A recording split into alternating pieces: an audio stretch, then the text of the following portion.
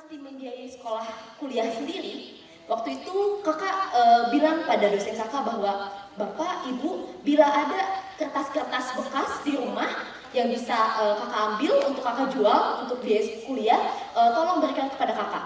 Dari satu kantor ke kantor-kantor yang lain, sampai akhirnya waktu itu ada dosen kakak bilang, Hil, ada pekerjaan yang bisa kamu kerjakan. Apa itu Pak? Menjadi fasilitator pengolahan sampah. Oh mau, saya bilang.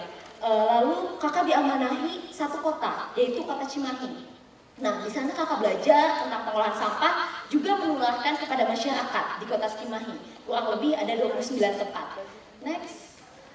Lalu setelah bekerja di Cimahi tentang pengolahan sampah, kakak dipilih juga untuk bekerja di Ciwidey.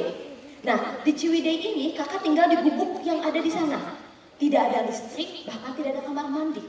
Suatu ketika kakak bersama satu orang teman kakak itu sakit perut. Nah, lalu dia bilang jam 4 subuh, Hil, aku sakit perut. Kalau kita ke kamar mandi, kita mesti jalan kaki 45 menit, katanya sampai ke WC. Saya sudah tidak kuat, kata dia. Sampai akhirnya kakak bilang, aduh kemana ya? Di dekat gubuk itu ada sungai. Jam 4 subuh kok ramai sekali di sungainya. Ayo kita lihat. Ucuk. Kita lihat ke sungainya. Ternyata di sungai tersebut, masyarakat di desa di Ciwidey buang air bersama. Buang air besar bersama di sana. Parade. Jam 4 subuh. Sampai akhirnya kakak bilang, saya tidak mau melatih pengolahan sampah di sini. Kita mau buat WC saja. Kakak bilang ke teman kakak. Terus teman kakak bilang gini, dari mana uangnya Hil? Kamu kan biaya kuliah aja susah, apalagi untuk bikin WC. Terus kakak bilang, saya punya ide. Ayo kita keliling desa. Nah, keliling desa, ternyata di sana ada satu potensi desa. Namanya terong. Terong warnanya ungu, rasanya asam. Di sana banyak ditanam oleh para petani, tapi tidak pernah dijual. Lalu kakak bilang, oke, malam ini kita kumpulkan para petani. Kita kumpulkan, ada 30 orang para petani. Lalu kakak bilang, Bapak, ayo kita bikin WC. Semua orang masyarakat kan pada kaget, ngapain bikin WC katanya. Di sini karena tidak ada WC, sanitasinya sangat kurang. Ayo kita bikin WC dengan cara kita menjual pertanian yaitu terong kori atau terong Belanda warnanya ungu. Bagaimana caranya? Ayo saya bawa. Sebulan kemudian kita panenlah terong kori. Lalu buahnya itu kakak bawa ke satu supermarket dengan supermarket yang lain. Kurang lebih 25 kali menawarkan. Alhamdulillah ditolak. Nah, setelah 25 kali, ternyata ada satu supermarket yang bilang, oke, saya bawa, tapi gratisan dulu ya. Oke, kata kakak kasihlah. Ternyata banyak yang membeli masyarakat. Sampai akhirnya singkat cerita, 2 bulan kemudian kita mengirimkan per minggunya sampai 200 ton ke setiap supermarket. Nah, terus kakak bilang ke teman kakak, saya tidak puas nih. Kamu mau kemana lagi? Saya pengen ke Garut, ke pabrik dodol. Kamu mau naik apa ke sana, kan gak punya ongkos? Udah tenang aja. Dari Ciwidey mengirimkan sayur ke Garut, dari Garut mengirimkan kambing ke Ciwidey. Alhasil kakak berangkat bersama truk, bersama sayur-sayur di belakang, dan pulang bersama kambing-kambing di belakang. Nah, pengen dong. Petualangannya seru banget ya. Sampai akhirnya 6 bulan menjalankan itu, kita punya penghasilan keuntungan lebih, kurang lebih 120 juta. Sampai akhirnya kakak membuatlah 2 WC di 2 desa. Next, sampai di tahun 2009, next ada salah seorang teman yang mendaftarkan kakak masuk di sebuah penghargaan. Ini penghargaan untuk anak-anak muda dari umur 9 sampai 25 tahun, yaitu Ashoka Young Changemaker. Ami salah satunya adalah seangkatan dengan kakak, itu ada Ami yang paling ujung. Masih ingat nih dengan foto ini? Ini pada saat penghargaan di Ashoka. Jadi kita dikumpulkan, kita dilatih juga bagaimana caranya supaya komunitas kita itu bisa berkembang. Nah, ada satu kisah sedih ketika kakak masuk di Ashoka. Untuk sampai ke Jakarta, waktu itu kakak tidak punya bekal. Di saku kakak hanya ada uang 3.000 perak. Lalu kakak izin ke keluarga dan ketemu kakek kakak. Terus kata kakek, Neng, kalau sudah lulus kuliah nanti mau jadi apa? Saya ingin jadi tukang insinyur kayak Sidul. Insinyur apa? Insinyur lingkungan. Nah, kakek doakan supaya kamu menjadi seorang menteri lingkungan hidup dan yang bisa merubah Indonesia menjadi lebih baik lagi.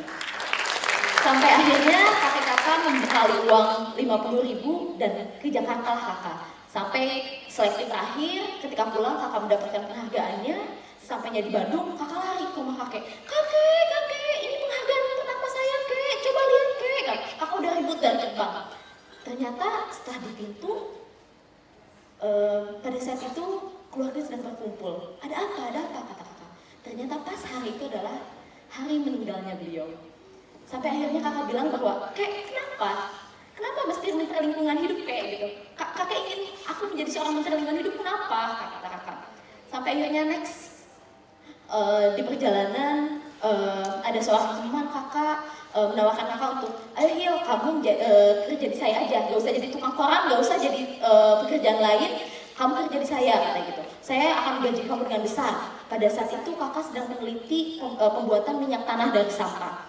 Sampai akhirnya kakak bekerja di sana, tapi ternyata 5 bulan di sana kakak tidak digaji, gaji kakak terus ditunda. Padahal kakak butuh untuk biaya kuliah dan juga biaya sekolah adik-adik kakak.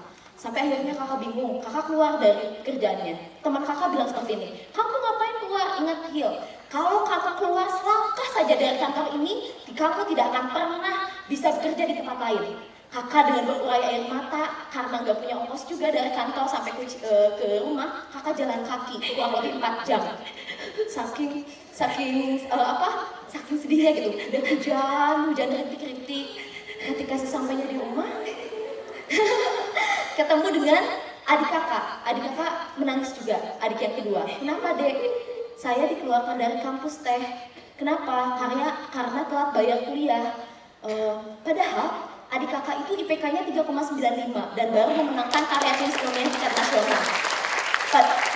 Tapi tidak ada toleransi pada saat itu. Sampai akhirnya adik kakak dikeluarkan dan pada saat itu kakak bingung. Adik kakak yang kedua, ketiga datang juga, dikeluarkan dari tempat lesnya. Lalu bersamaan. Iya, yang kedua, yang ketiga dia dikeluarkan dari tempat lesnya. Lalu kakak bersedih. Kakak pun gitu pada saat itu belum bayar kuliah padahal keesokan harinya adalah ujian. Lalu kakak bilang gitu, ya Allah kenapa gitu? Kenapa dengan ini semua? Apa salah saya? Apa yang mesti saya lakukan? Sampai akhirnya waktu itu kakak bertemu dengan dosen kakak dan dia bilang, Hil, ini untuk bayar kuliah kamu. Ini beasiswa untuk bayar kuliah kamu.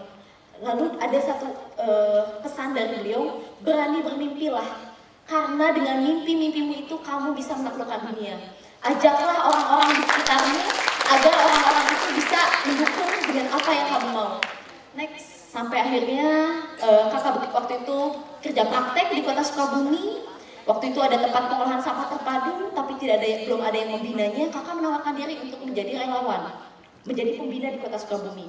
Nah, dari situ kakak mengumpulkan 40 orang ibu-ibu untuk melatih pengolahan sampah. Salah satunya adalah, ini karya yang paling lama yang kakak bawa. Ini adalah tas dari pasta gigi. Tas ini selalu kakak bawa kemana-mana, melanglang buana ke berbagai daerah. Ini pertama kali kakak buat, sampai akhirnya membuat berbagai kerajinan. Ada yang dari pasta gigi, ada yang dari kemasan kopi, banyak sekali dari daur ulang yang dibuat oleh ibu-ibu. Sampai akhirnya kita bingung untuk memasarkan, dikemanakan ya karya-karyanya. Sampai akhirnya kakak bilang, ayo kita bikin pasar rakyat. Kita buatlah pasar rakyat. Pasar rakyat yang memamerkan kerajinan sampah, juga memamerkan beberapa keunggulan dari desa tersebut. Dari makanan-makanannya, kita membuat bazar. Nah, sampai kakak tidak tahu kenapa punya keyakinan, kakak mengundang semua orang dinas. Sampai akhirnya datang. Sampai ibu wali kota pun waktu itu datang.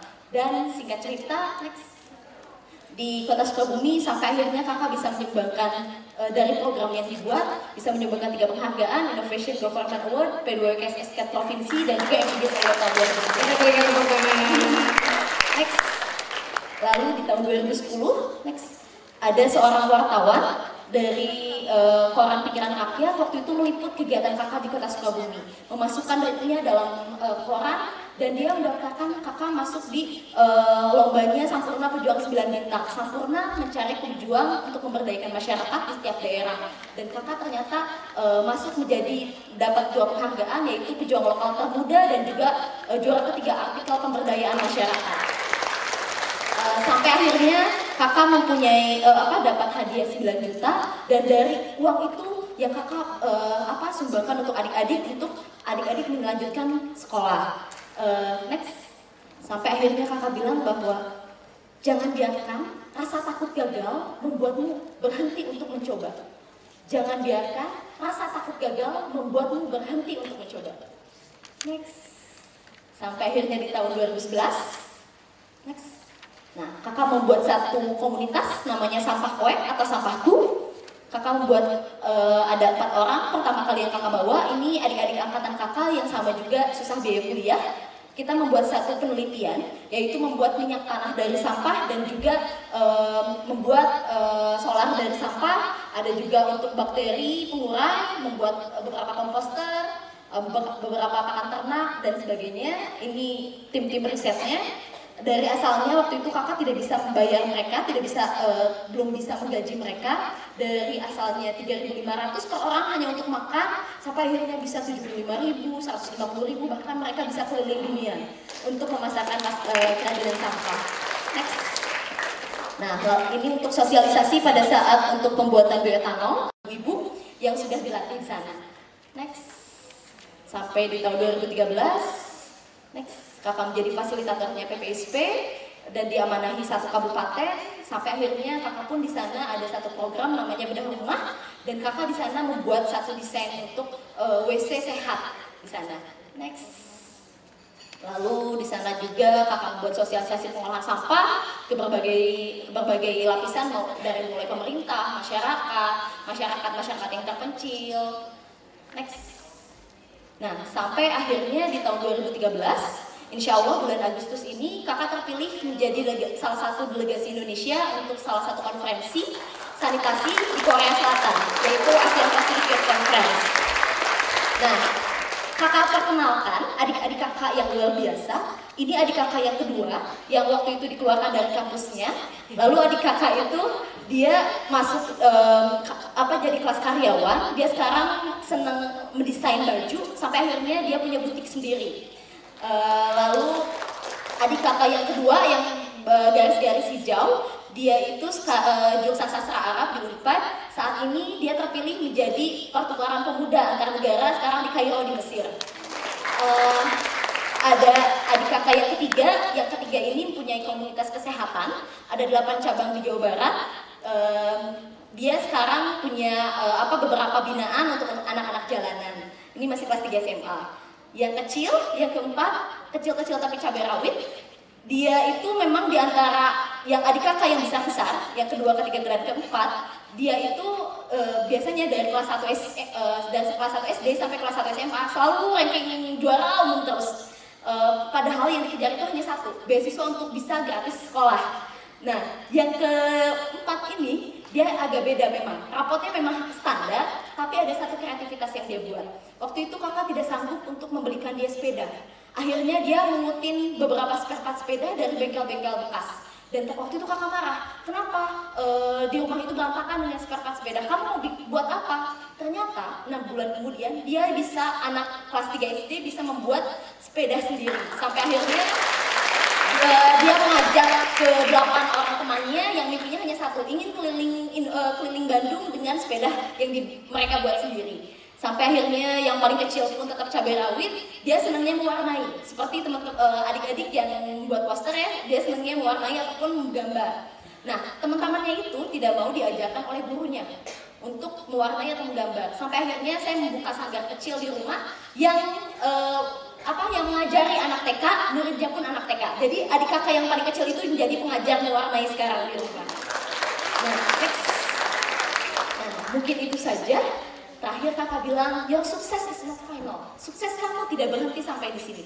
Masih banyak PR yang ingin kakak kerjakan. Masih ingin kakak mengkampanyekan atau mensosialisasikan bagaimana pengolahan sampah. Bahkan ketika kakak berada di Korea Selatan. Mudah-mudahan bisa bermanfaat untuk adik-adik. Assalamualaikum warahmatullahi wabarakatuh. Terima kasih Kamilda. Luar biasa, setengah jam tapi ternyata sudah bisa merangkum petualangan Kak Hilda dari tahun 2006 sampai dengan 2013 dan perjalanan masih panjang. Memang kita nggak akan mengukur akhir karena memang sebetulnya ini tiada akhir, dan karya yakin orang tua Kak Hilda sendiri juga sudah memulai impian-impian ini ya, dan sekarang diteruskan oleh anak-anaknya. Dan pembicara